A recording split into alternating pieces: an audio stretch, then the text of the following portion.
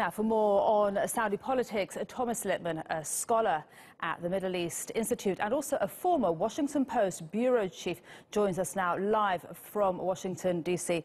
Thanks for speaking to us, Mr. Lippman. Now, first of all, what's your reaction to this article that seems pretty damning?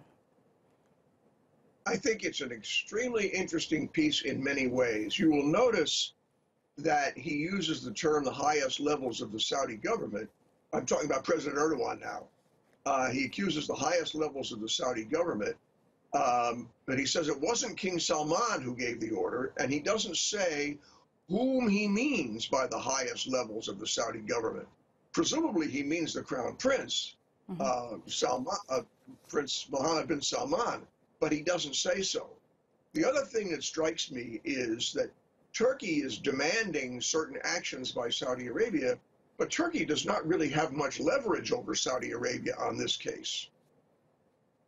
Okay, and I'll talk about that a bit in more detail, but I want to ask you for some context here. What do you think are the twists and turns that are happening now in the House of Saud?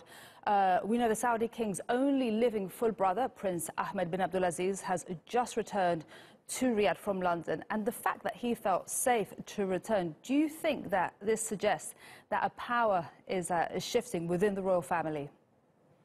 Not at all. And I'm very cautious, and I would urge everyone to be cautious about speculating about the internal politics of the Saudi royal family. They never talk about this out to outsiders, and anyone who tells you with any degree of confidence that he knows what's going on inside the ruling family is making it up. It's clear, in fact, that in many ways, the Saudi government and the Saudi people are rallying to the support of Mohammed bin Salman, and that he himself has neutralized, not to say jailed, many of his potential rivals within the ruling family. And my guess is that he is going to brazen this out. They will hang other suspects out to dry, as they have already done, and that nothing substantive will change at the top. Okay. You know, that's your opinions. Some could argue that there is some sort of power struggle happening.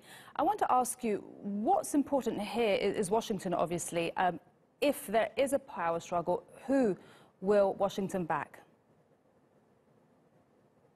Washington, the last thing Washington wants is a power struggle in Saudi Arabia that brings any kind of instability or uncertainty to the bilateral relationship with the United States or to the region.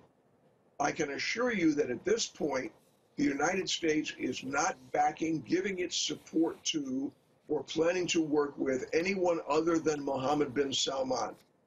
If he were to be removed from his position of power by the king, the United States would immediately acquiesce in that position, because that's a Saudi decision, that's not an American decision.